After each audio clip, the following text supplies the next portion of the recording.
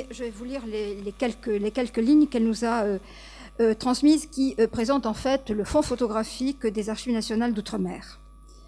Riche de plus de 100 000 photographies de formats divers, plaques de verre négatives ou positives, négatifs souples, cyanotypes, épreuves albuminées ou argentiques, aristotypes, diapositives, le fonds photographique des Archives nationales d'outre-mer couvre la période 1844-1970. Les Archives nationales d'outre-mer ayant acquis en 2013 un daguerréotype représentant Alger en 1844. Entièrement dévolu aux anciennes colonies françaises et à l'Algérie, il est constitué de fonds issus de l'administration coloniale et de fonds privés. Parmi les premiers, il est important de signaler celui de l'Agence économique de la France d'outre-mer. Plus de 20 000 clichés proviennent de cet organisme chargé de l'information et de la propagande au sein du ministère des colonies. Créé en 1899 sous le nom d'Office colonial, il a perduré sous différentes dénominations jusqu'aux décolonisations. Ces images insistent sur la grandeur politique de la France, la mission civilisatrice de celle-ci, avec l'objectif d'inciter commerçants et industriels à investir les colonies ou acheter des produits coloniaux. De fait, les photographies de l'agence économique, classées par thème, présentent les réalisations obtenues sur place dans différents domaines: agriculture, commerce et industrie, habitat, travaux publics, etc. Une rubrique intitulée « Types et races » dévoile à l'objectif les populations rencontrées. D'autres fonds relèvent aussi de la propagande, comme celui du général Gallieni ou du gouverneur Kella pour Madagascar.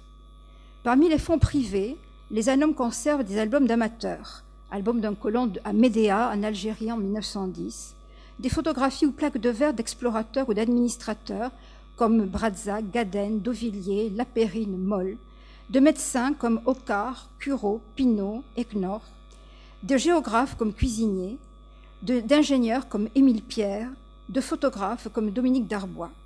Toutes montrent, selon la sensibilité de chacun, la présence française outre-mer. Jusqu'à une date récente, ce fonds photographique était encore peu connu et la fragilité des supports n'en permettait pas une exploitation rationnelle et large. Depuis quelques années, sa numérisation donne un aperçu de sa grande richesse. Plus de 34 000 photographies sont en ligne dans la base Ulysse. La photographie coloniale est contemporaine de la seconde période d'expansion française et accompagne toutes les phases de la conquête, de l'occupation des territoires et de leur mise en valeur.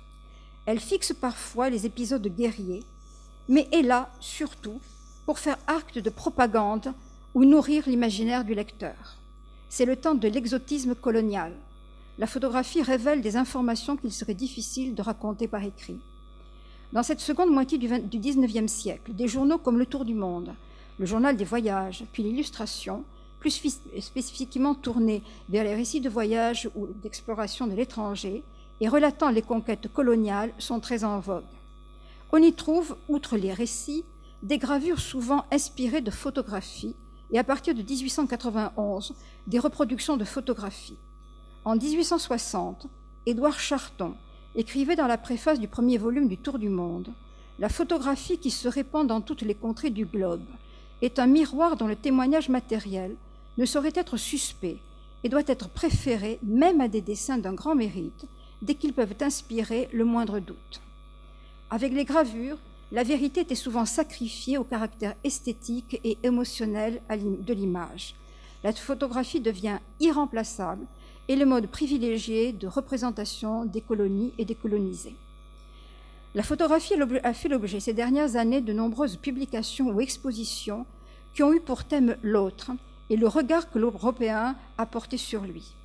En matière coloniale plus particulièrement, la photographie doit être approchée de manière minutieuse et critiquée. Est-elle une représentation exacte de la réalité? Est-elle objective? Elle peut montrer dans sa cruauté des scènes de guerre, faire découvrir des paysages lointains, ignorés du plus grand nombre, restituer au regard des époques disparues, fixer des populations dans leur environnement avec leurs coutumes et leurs traditions, avant que celles-ci ne se modifient au contact de la colonisation. Cette approche doit être nuancée. Le photographe s'investit dans son œuvre, choisit ses sujets. Il est tributaire des moyens techniques, mais aussi de son statut, professionnel ou non, voire de son commanditaire, de sa culture. Avant toute interprétation, il faut connaître les conditions dans lesquelles la photographie a été prise, sa date, le lieu, la façon dont elle est diffusée, ce qui n'est pas toujours aisé. La photographie coloniale véhicule un grand nombre de préjugés, car elle est supposée faire l'apologie de la colonisation. Elle renvoie aux mentalités du temps et par ses sujets, déformation des corps quand il s'agit des femmes girafes par exemple, décoration corporelle, scarification, tatouage, a pu participer à la construction d'un discours de la supériorité de l'homme blanc sur le primitif, entre guillemets bien sûr, et donc être à l'origine d'une forme de racisme. Elle identifie des types humains. Elle n'est donc pas un document historique. Ce n'est pas en photographiant l'autre qu'on peut le connaître. Tout au plus peut-on l'approcher sans jamais comprendre sa complexité. Ce qui est intéressant, c'est la conservation, bien évidemment, en parallèle d'un fonds d'archives privé qui complète les photographies. C'est le cas pour André Gaden, que va vous présenter Roy Dilley.